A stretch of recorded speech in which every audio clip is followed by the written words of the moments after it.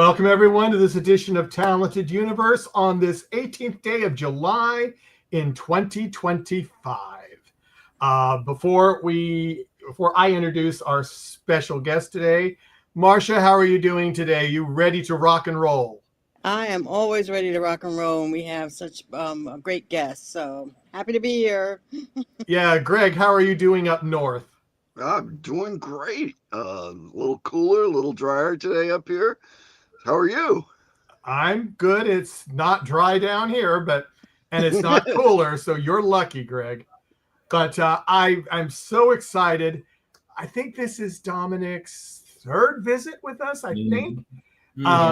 So I'd like to introduce again for the third time, Dominik Čičak. How are you doing, Dominik?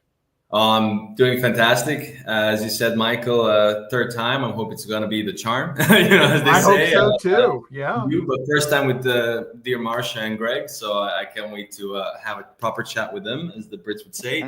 So yeah, really excited and can't wait to get into it.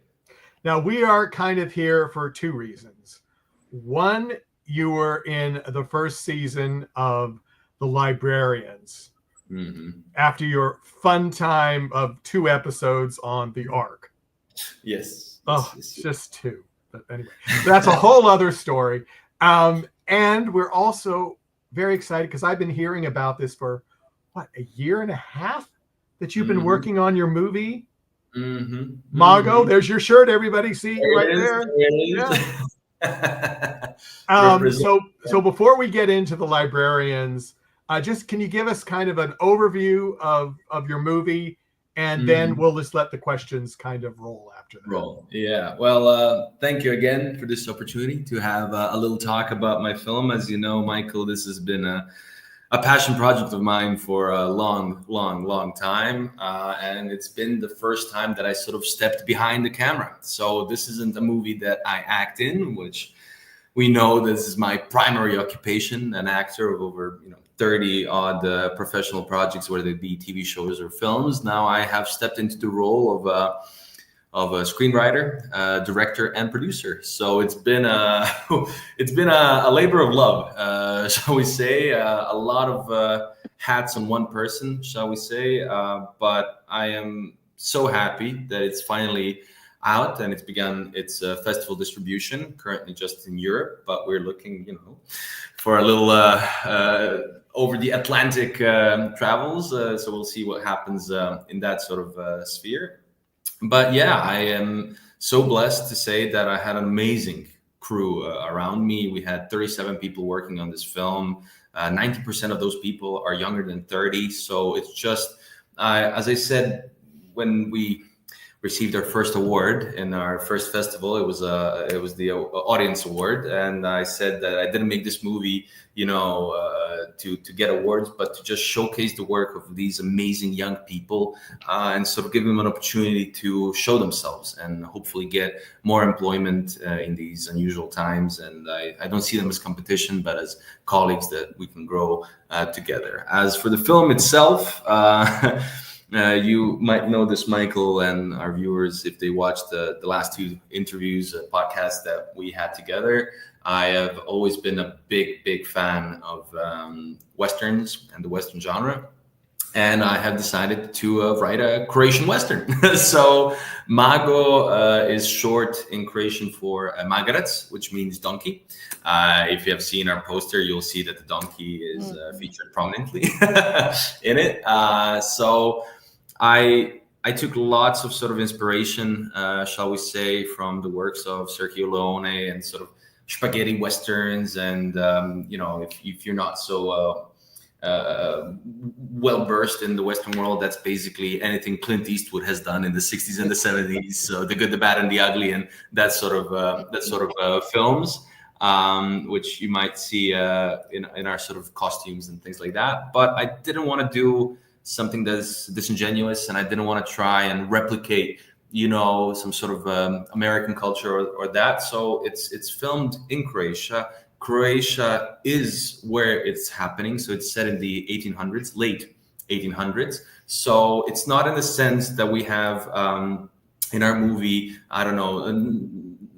Native Americans and cowboys, but it's Croatians in this filmed in the sense of a Western. So it's really some, shall we say, a Croatian story told through the spectrum of a Western. And I really sort of looked a lot into our history and our sort of cultural heritage. So our costumes are what our forefathers might have worn when they would be working the fields and stuff like that. So we didn't try to copy anything, but we just wanted to give our own spin on it. And I think that's really something that I'm proud of, and wanted to sort of show our sort of stories, but in a style that I grew up with, as I told you, every week, the Western and stuff like that. So it's a story of a young man in the style of Westerns, which he's not really named. We call him Poncho because he wears a poncho.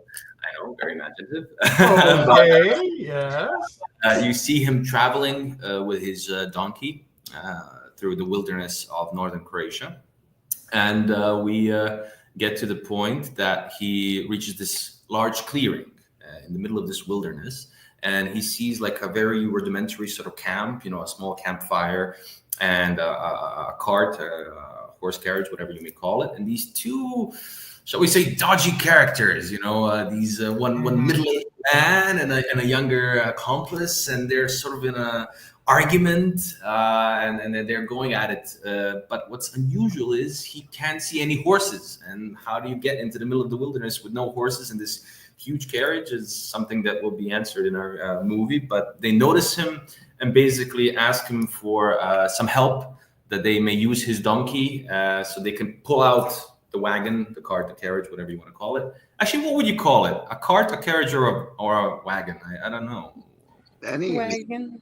Wagon? Yeah. It could be either. It could be either one. It depends I was what having it this is. discussion when we were doing the subtitles, and I wanted to go with the wagon, and then they said, "Oh, cart or carriage might be more universal for the people," but I might change it to a wagon then, Marcia. But listen, I'm always open for advice. I'm here to listen and learn. You know what I mean?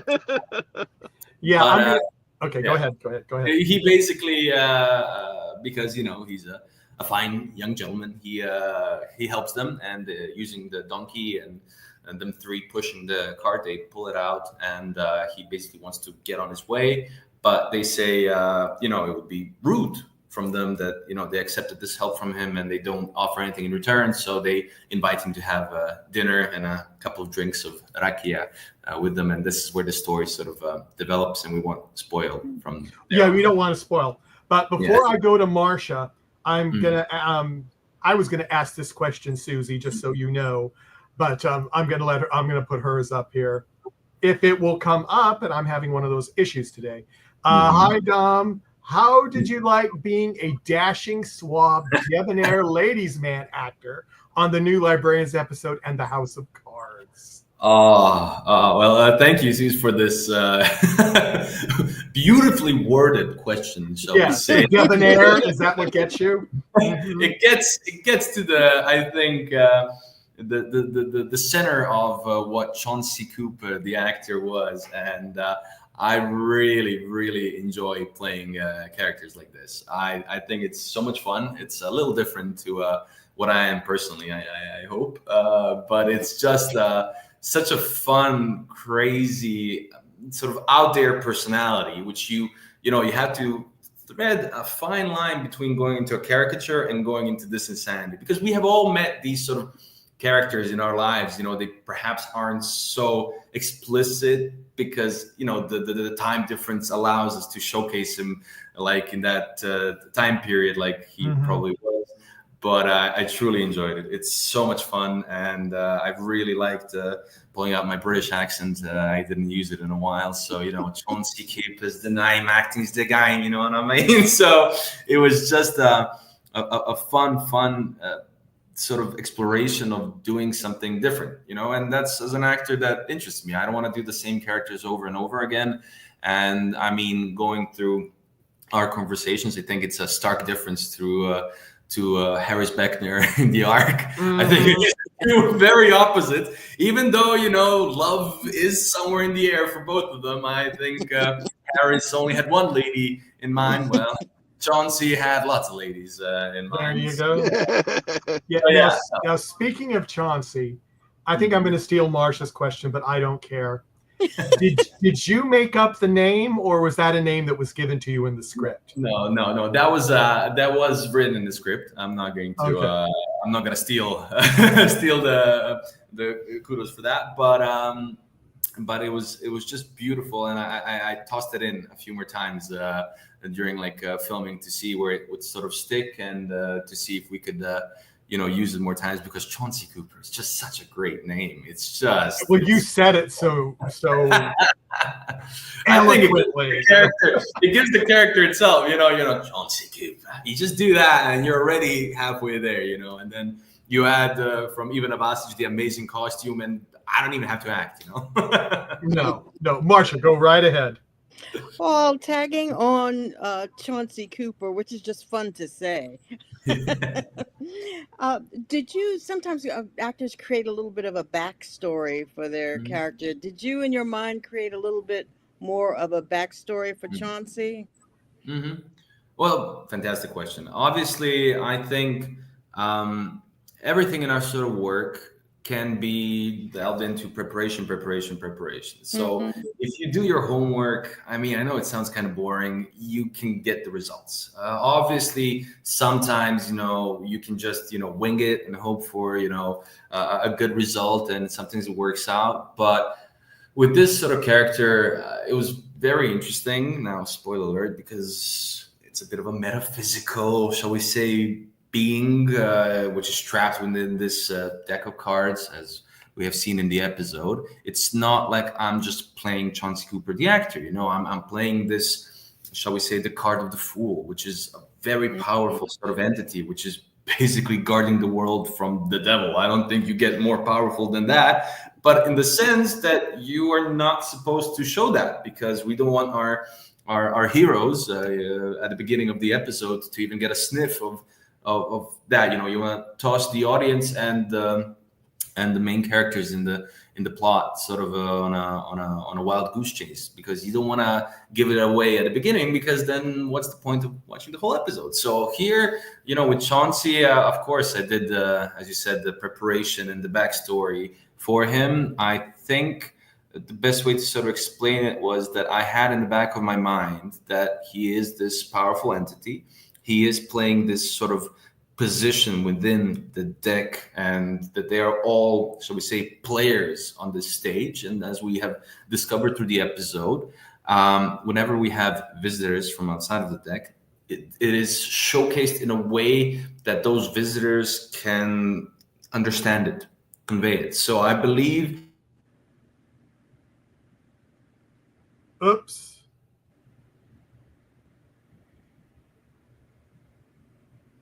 Is everybody else frozen, or just him? No, I He's think it's just frozen. him. Okay. I don't know what happened there.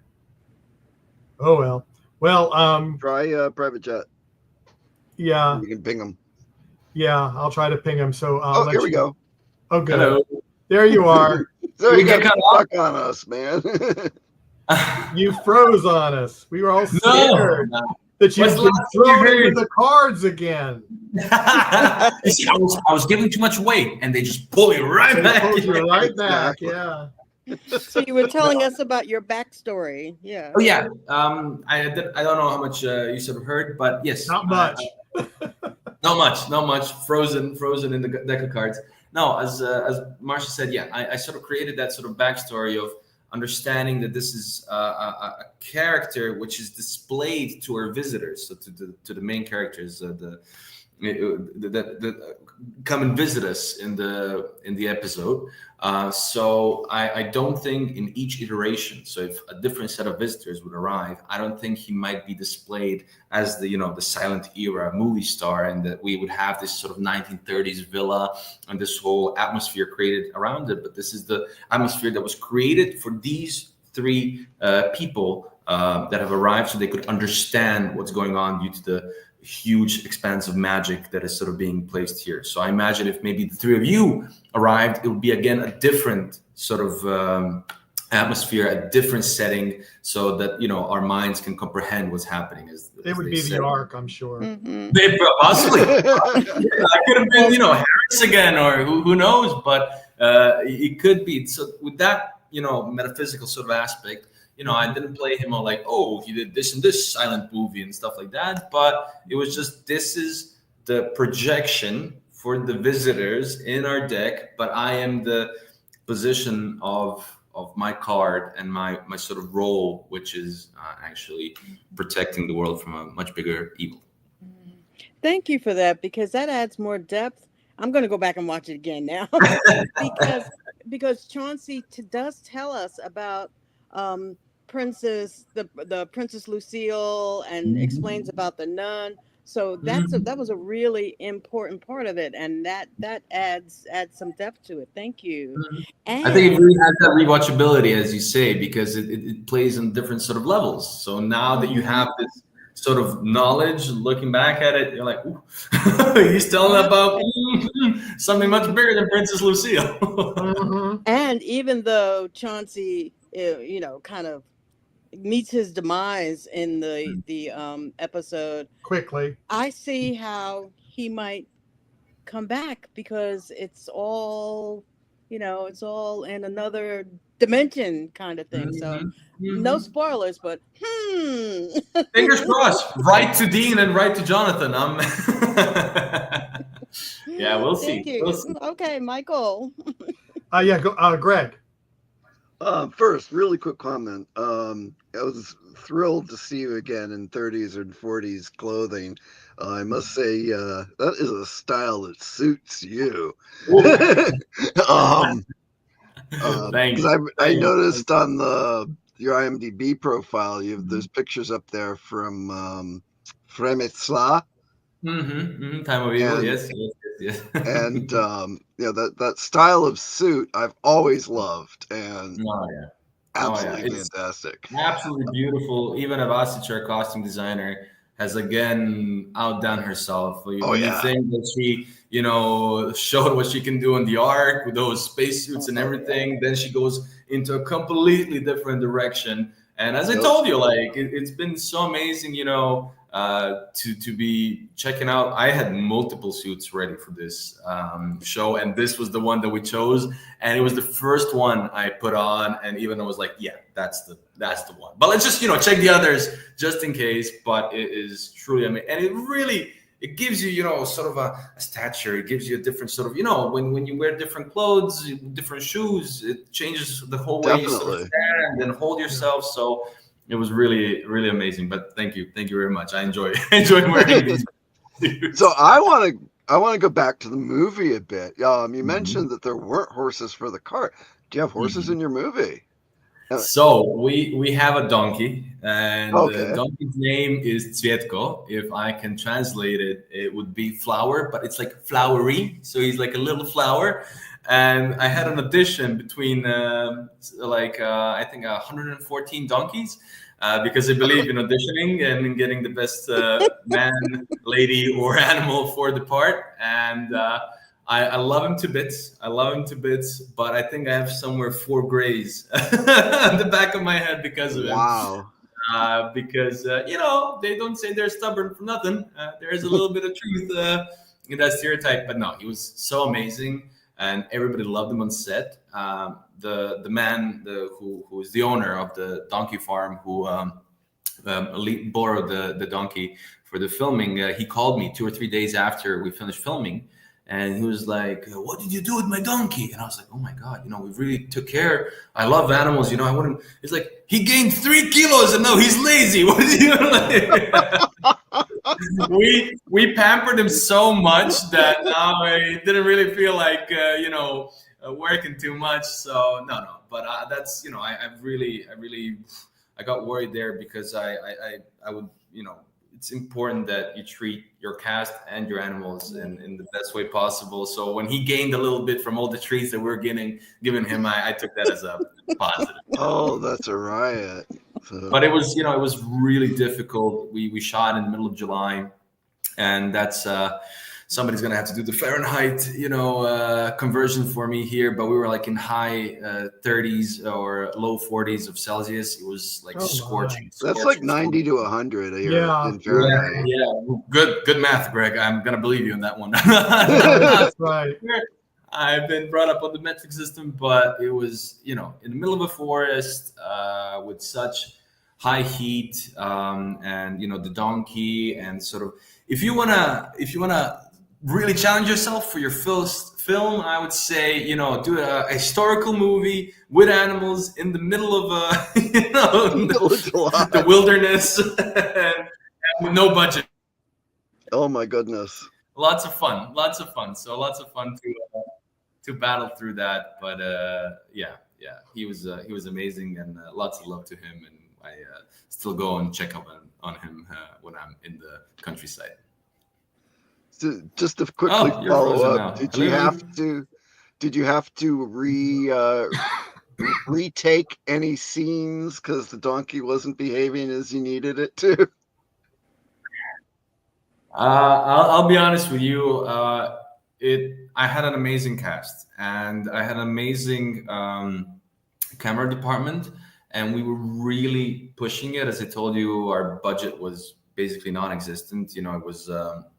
It was very, very small, but we had a very high task of doing approximately 36 shots a day, which is an immense volume of work. And you want to do it like properly and stuff like that. So any scene, any shot with the donkey, we have allocated double or triple the time that we would have with just the actors. And this speaks also to the amazing work of our actors, but also, the difficulty of working with an animal, because look, this is not some sort of super trained, amazing dog or cat, which, you see mostly in movies. A donkey is not very trainable, of course, this donkey had appeared in a commercial, but all you had to do was sit there, or stand there, but here, obviously we didn't ask him to do some crazy stunts or whatever, but, you had to have the walking or standing in the position and stuff like that. And we're really worried, but the montage at the beginning of the movie, not a spoiler, but where they travel, we have allocated over 6 hours to film, but we were really worried because we were a little behind schedule, and I feel like my buddy Dominik Čičak understood that I was a little stressed, and we basically shot everything we needed in 25 minutes. It was amazing because when he felt like they're such amazing, intelligent creatures. You wouldn't understand it. Like they really feel, the energies sort of around them, and I love him to bits. And that's why he got all the apples and carrots in the world. That's why he got the 3 kilos. 3 kilos of them, huh? Yeah, that's so fun. That's 9 pounds, right? That should be 9 pounds or something like that. That's so fun. Back to you, Michael. I was going to ask. So this was basically a year ago that you started filming, or you ended filming? No, exactly. Oh, yeah. A year and 3 days ago, we finished filming. You finished filming. So how long was the filming process? So the whole pre-production was... Not pre-production, just the actual filming. Yeah, the actual filming was 6 days. 6 12-hour days, which now have produced a 27-minute and 4-second long film. It's a short film, which has been, as you say, over a year and a half in the making. And, I really wanted to do some different, short films are usually shot in an apartment, 2 characters talking on a couch. And I just wanted to do something different. And I feel like we have succeeded at it, as, the awards, they're there, are talking for themselves. And, I'm just hoping to sort of showcase it more and more and further, so that these people that put their blood, sweat, and tears, shall we say, but there was no blood, everybody was fine, and into this project can be proud of it, Yeah. Now going back to Chauncey, Susie says, "I think your costume made you glow." Thank you so much. Thank you. As I told you, it's all 𝗖𝗢𝗡𝗚 with his amazing camera work, even with her amazing costume. I just, I showed up and said the lines, Yeah, Judy Dietz says hi, Dominic from Florida. So she's hello Florida, hello Judy. Yeah, and there was one other I wanted to grab.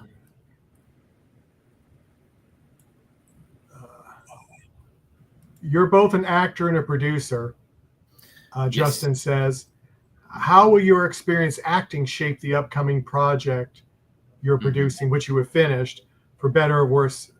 And then it says, have you written any personal scripts? Yes, because you wrote Mago.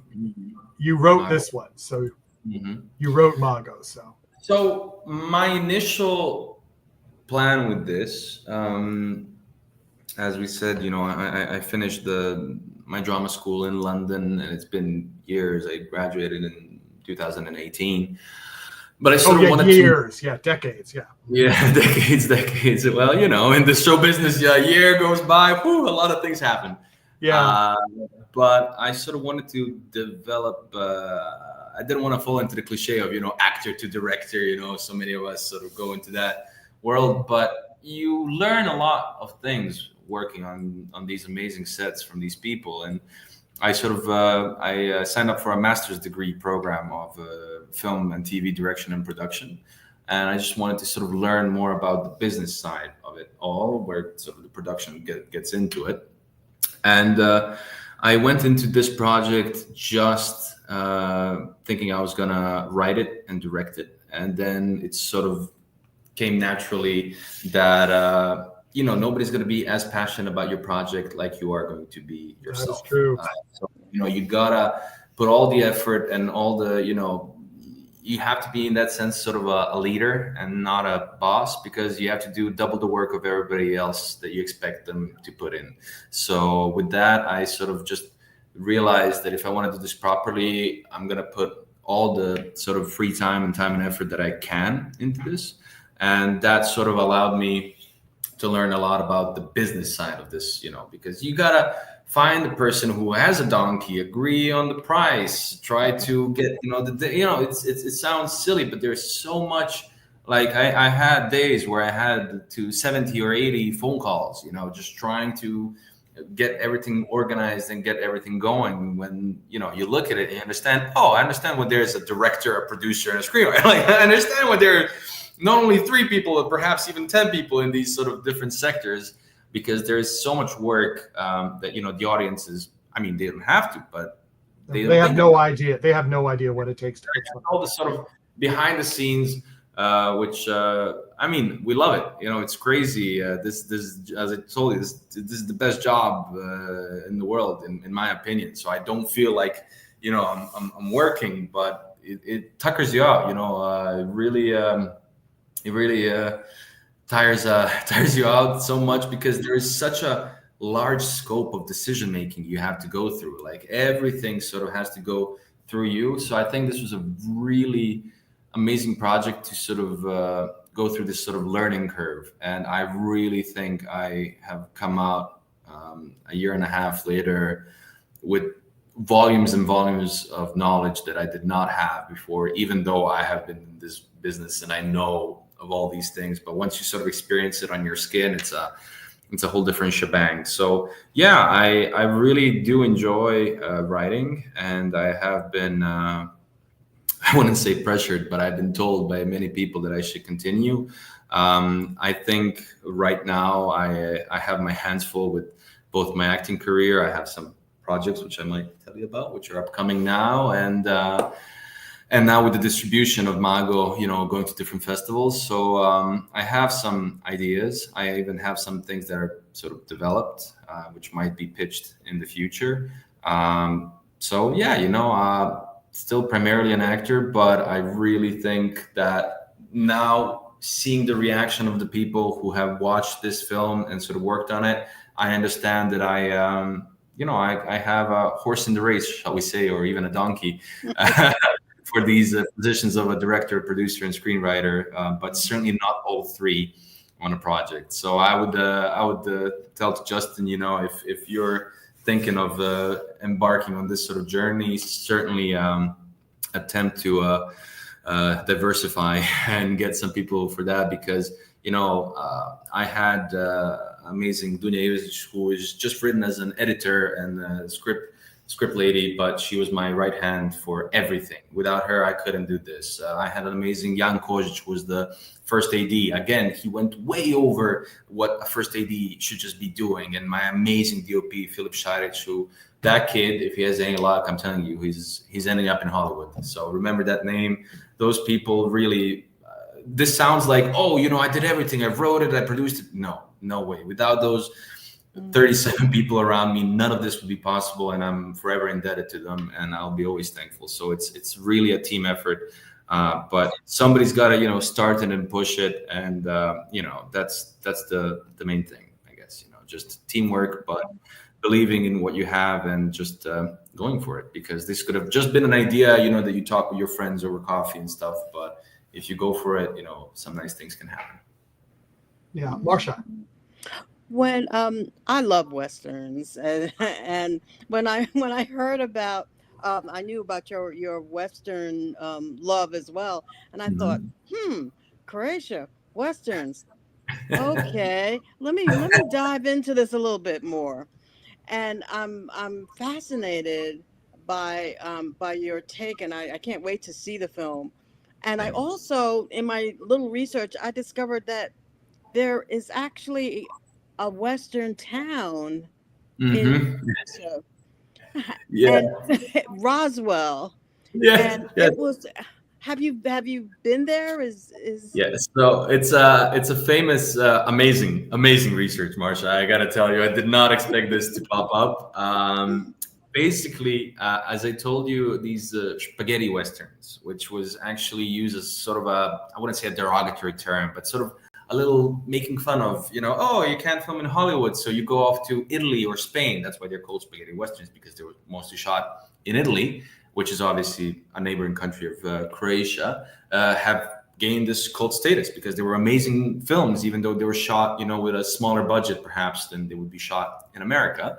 But Croatia, because of its amazing natural beauties, I mean, look, Croatia is a tiny, tiny country compared to the US. But in that small geographical scope, you have snow-capped mountains. In a 2-hour drive, you're on an island, which Michael is apparently on right now. So it's like you have this amazing geographical sort of differences. And also in the 60s, 70s, and the 80s, you had Westerns that were shot in Croatia, the most famous one being Vinetu. And they built this town, obviously, as a sort of a set, and now it's sort of a tourist attraction, usually for German tourists that arrive to Paklenica, which is a beautiful national park with, big sort of, I can't say canyons because you got the Grand Canyon, so I can't say, oh, they're big and beautiful, but like really amazing sort of nature. And yeah, there is a history, actually. I never actually connected it with this, so very, very well done, Marcia, on that idea. But yeah, we do have a tradition of these sort of Westerns. So Vinetu was the big one. And, you have these tales of, in today's time, an old grandpa telling, oh no, kid, I was a big movie star in Germany, and then you realize he was just riding a horse in the background, but that's really something that is a fun little tidbit of our Croatian history. So it's funny, they tell me that our movie is not a spaghetti western because we're Croatian, but we have this very tasty pastry. Oh, that rhymed. With cheese called strukli. So if it's not a spaghetti western, we can be a strukli western. Wonderful. And getting back to not only Chauncey but other characters, I looked at your some of your other work, and you are put in gray clothes a lot.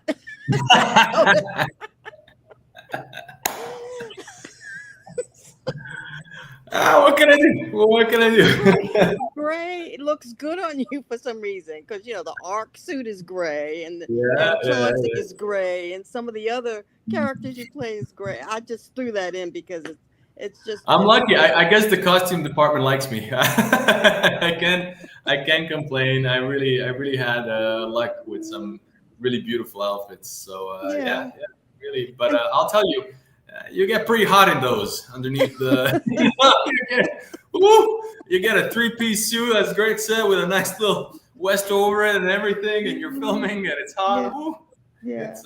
It's a labor of love. I'll tell you that much. Yeah, you did have a lot of layers because you had a vest coat underneath, a vest, and then you had the ascot and the shirt and the wonder you're a little steamy there.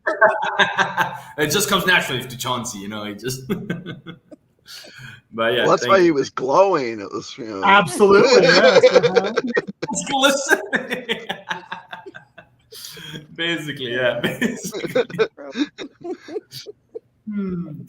Greg.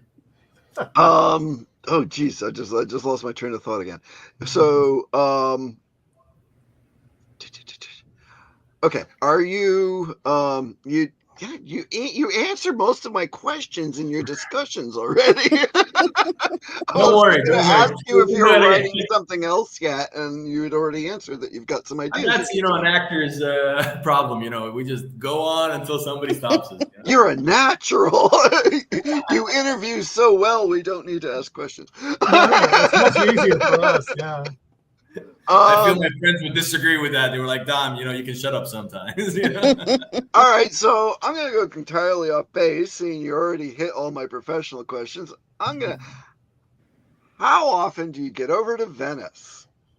How often do I go? To Venice?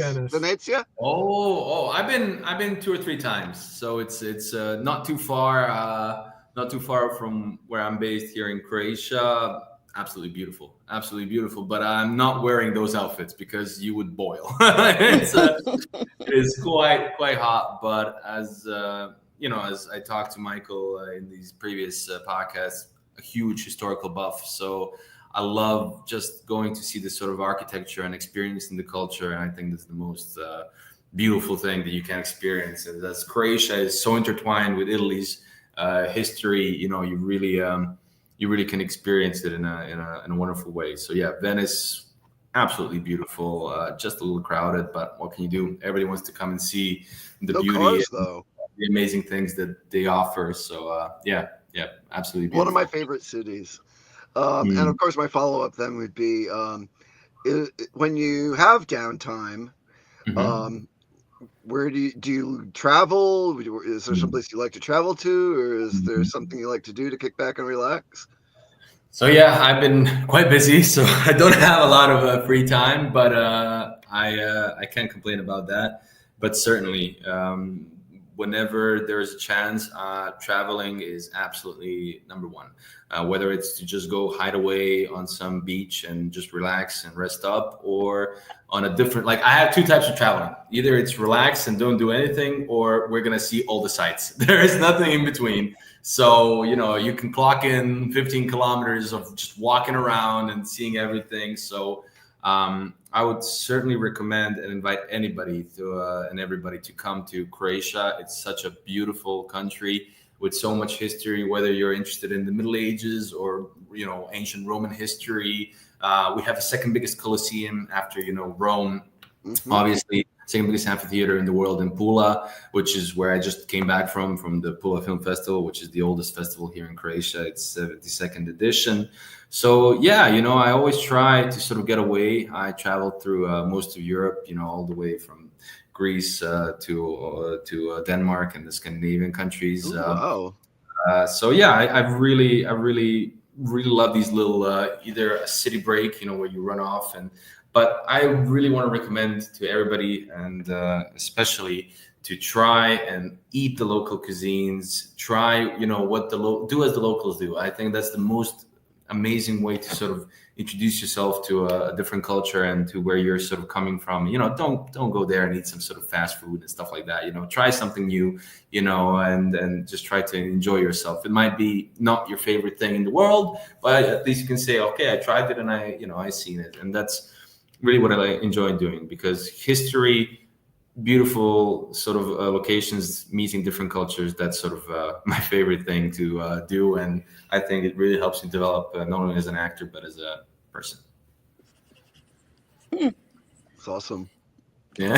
So go to Croatia or anywhere in Europe, really. I'm going to renew my passport right now. Well, there you go. There you go. Just for the food. Now, if you could not have played Chauncey on that episode, what character would have been your second choice if you had a choice? Besides Chauncey, what other character would you have played? Oh, we lost. I think we. Yeah, I suspect he froze again. Oh well. He's got a great smile. Yeah, yeah, he does. Smiles are good. Yeah. But hopefully we'll get him back quickly. Mm-hmm. Because the internet is spotty. And I was wondering, it was right when something went past my house, so I was wondering if that's what did it. But Oh, it's been rough all week here. Mm-hmm. yeah, it's been rough here too. Because I think this time he's gone, so we'll have to wait till we lost the back. connection. He lost the connection, so Maybe he turned off his computer and come back. well, that's probably what he did. Yeah, and that's what I expect he did. So while he's gone, I'm just going to go over what's coming up on the network. The next Librarians that we have scheduled, we don't have time, but we have a date. There he is. And it's someone else from his episode, Sam Bell, who played the card reader, soothsayer, whatever you want to say. She's going to be with us on August 10th. So Marcia, can you bring him in, please? Because I'm not on the screen right now. Hello. Welcome back. You're back. We started talking about how long distance we are, and suddenly the connection. Yes. So renew your passports and come. Definitely. Well, I didn't even think about it, because when I thought you were in Serbia, Serbia is further east, and it's like, oh my God, he's in Croatia. He's like right on the Adriatic. Yeah, we're quite blessed with that. I can tell you, it's really amazing that you can just go to the seaside on a 2-hour drive. It's quite a beautiful thing to be able to experience. Oh, definitely. That's one of the reasons why I try not to be too far away from the ocean here. Yeah. Now you probably didn't hear my question. My question was, if you didn't play Chauncey, what other character would you have enjoyed playing in that episode? That's a unforgiving question. I can't I know. win. No, I could only play Chauncey. Chauncey's mine, and I am Chauncey's. They would say.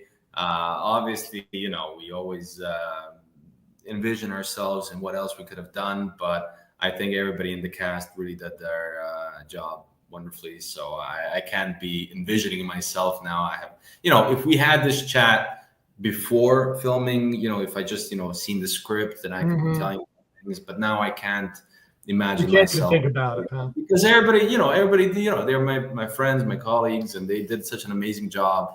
It would just feel unfair, to say, oh, I wanted that, so of course, you never know what might happen in the future and what kind of roles might befall me. But I think the casting was done very, very well for this project. It was really nice. And Justin says, ask, what was it like meeting Olivia Morris and Jessica Green? Oh, what fantastic actresses! What fantastic ladies! Am I right? They're so wonderful. I'm telling you, they're like the nicest people. They were so welcoming. Obviously, we entered all of us sort of guest stars in this sort of episode way into the filming schedule. So they've been together for I don't know if weeks or even months. And it's different when you are sort of together and you have somebody come from the out group and stuff like that. But they were so welcoming and so open, and that's a wonderful thing to experience from your colleagues. So they were really supportive, and we got a great rapport, even though my character annoys them in the show. But it was really funny. Olivia and I realized we did a project a couple of years ago, actually.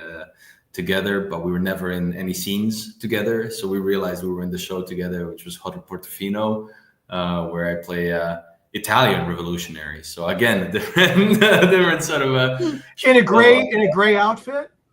I don't know. Actually, I was a tough guy in the 30s. So it wasn't a suit, but it was. I don't know. I ride this motorcycle and throw bombs and do all sorts of crazy endeavors. And so you probably weren't wearing gray in that one. Then. I don't know. It was dark. It was darker because I was trying to hide. We were doing all these things. Okay. Being the fascist. So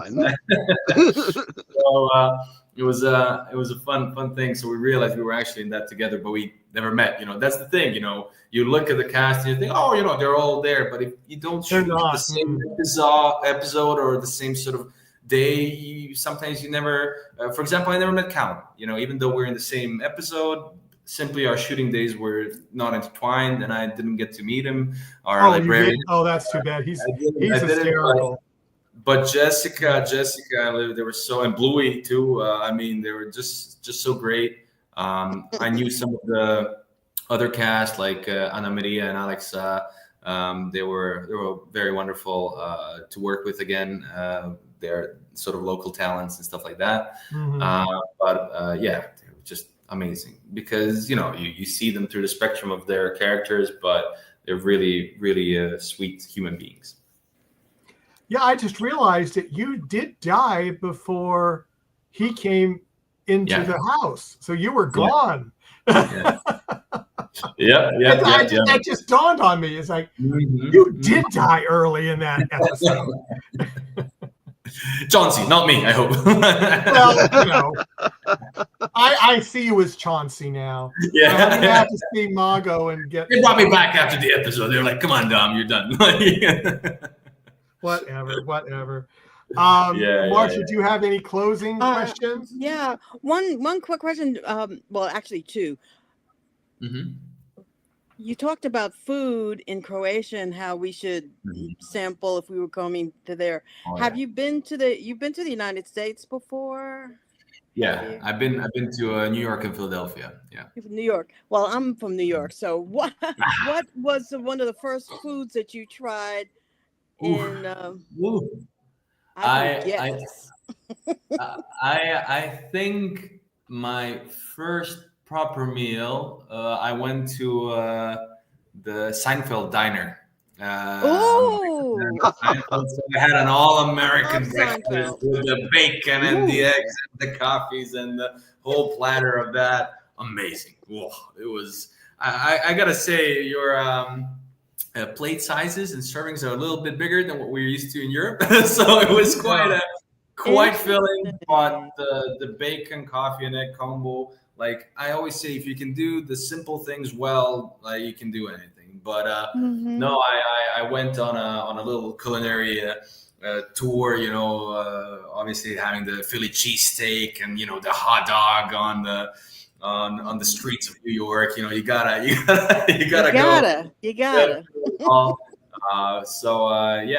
Really some yummy stuff we can say. So, but I'm taking advice for anything I should try in the future.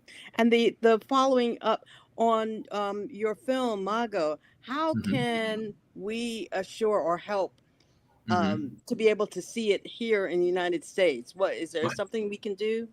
Thank you. Well, you can certainly check out if there's any sort of festivals near where you're based and where you think you would like to come and see it sort of live. And you can, shoot a suggestion to me that I should apply there. Or if you think that we can, sort of gather at one location, we can do an exclusive sort of a screening and hangout somewhere in the US of where we can all sort of come and, talk the Ark, talk Librarians, and watch a little bit of Mago and sort of all hang out. That would be, a wonderful sort of thing. And obviously, these producers and these festivals, they understand that the fans and the viewers are number one. This is why we do these things for you. So your, letters, emails, and sort of things mentioning us really do help us sort of establish ourselves and get better roles, because if you say, oh, we like Dominik in this, we would like to see him again, that is again another sort of shall we say, tick in the box of a checklist of, if this actor is going to get another shot. And, I'm seeing that, again, shall we say, I'm working in these projects by, Dean Devlin and Jonathan English. So I'm very happy that they gave me another opportunity. So I think we're going in the good direction. So if, you text them and you email them and you write them, it's just another little plus of maybe getting Mago into America or me into some other shows where you live longer than one episode or two. Okay, we're on it. Yes. Greg. I think I'm out of questions. I did have one. I'm sorry. I was just thinking about asking. Any fun behind the scenes moments that you can share without embarrassing your co-stars from the House of Cards? For Librarians, I really found it extremely funny, and this is sort of what I like to tell as the perception of being an actor or Chauncey Cooper being a movie star, and sort of the reality is, as you said, we were all dressed so fancy and had such beautiful costumes, and we're dressed, to the nines, as they would say. But there's actually a photo of all of the cast during our break, drinking little coffees, but we're basically sitting on, discarded boxes outside of a truck next to the, like the trash can. And it's just so funny because we're all, the ladies are dressed in these gowns and we're in these suits, but we're all buttoned, like sweaty, having a coffee. Glowing, exactly, glowing, not sweaty, glowing. Just having a little breather outside of these amazing locations and studios that we shot at. So I think that's really sort of funny. And what was really sweet was I had my trailer right outside the entrance to the studio, and we had a break. And, sometimes, which is completely fair, people go into their trailers and just, rest up or, have their alone time. But we were such a good sort of community there that I took up my chair, and then suddenly one of my co-stars came, and we all sort of gathered there and sort of hung out together outside in the fresh air. And I think, that's sweet because it really helps you sort of create this sort of atmosphere of a good working environment. It's, you don't all have to be pals, but it's much easier to get along with somebody and do a job well versus, having a little bit of a rough and tough interpersonal relationship. So yeah, these things, having fun and, going out a little bit after we're done filming was certainly something that I'm going to take with me in my heart. That's always fun. Yeah. Wonderful. Well, Susie mentions that you should do the Sundance Film Festival. Ooh, which I think they're moving this year or next year, I understand, probably to Colorado. Yeah, It's in Park City, Utah, but I believe it's going to Colorado. That is one of the best. That is the. Oh, I know that's pushing the limit there. Yeah, but I'm very happy that we're seen, or at least being supported by our dear viewers in that sort of direction. If we get into that, I'll be over the moon. But we have to understand the sort of competition and the difficulty of getting into those. It's these are it's there. Back in the days when it first started, it was easy. Yeah. But as all things, it developed into what it is, and it's one of the premier festivals in the world. I'm not saying the world. It's like really the Cannes Film Festival. You should go there too. Oh yeah, easy. That would be a piece of cake for you. Yes, piece of cake. Last year's winner of the Cannes Film Festival in the short film competition was Croatian film. That's why I said you should go. And the man who could not remain silent by this amazing screenwriter and director Nebojša Sljepčević, which coincidentally was my professor on my master's thesis. Really? So, that's cool. I'm telling you, it's a small country, so I might have learned one or two things from him. He's such an amazing person, and it's an amazing film. So go watch that too. So if you want to learn some more stuff about our history. That's Well, awesome. I almost called you Chauncey. I can't believe that. Don't worry. For right here, right now, I'm Harris and Chauncey and Dominic. I'm all of you. Yeah, but others have done that on air, and I said I'm never gonna. But I stopped myself, but I admitted that. I almost said- Chauncey, keep us here. We're gonna do a couple little films. All right, there you go. I'm missing the suit. The suit gives it, you know. Well, the Yeah, oh, sound yeah. it makes the man, you know. So Yeah, exactly. But I'd like to say on behalf of NDB Media and Talented Universe and all of us with Greg and Marcia, thank you so much for coming. It was a pleasure having you. Would love to have you back when you have some news, like you're telling us the 50 cities that you are touring with film festivals with Mago in the United States. You know, we'd love to hear about that. Absolutely. Thank you so much for having me again. It's always such a pleasure. The time has blitzed by. I'm sorry for my internet connection. They were trying to stop us, but our love for film is well, they are trying to stop us, but you know, they can't do it. But they can't do it exactly. And Marcia and Greg, such a lovely time meeting you, and thank you for all your wonderful questions, and to your viewers, and thank you for listening to my 2-hour soliloquies about our work. But please don't take it too bad. It's just I want to share with you guys everything that we sort of been through. You're here. All right, we love it. And we love it. I mean, and I was told to say Liz was trying to get on, so was Jag, but they both had some conflicts, but they wanted to give you their best, and they're going to be watching this later tonight. So well, to Jag and to Liz, well, you'll be watching this on the rerun. Yeah, they'll be watching on the rerun, you know, so there you go.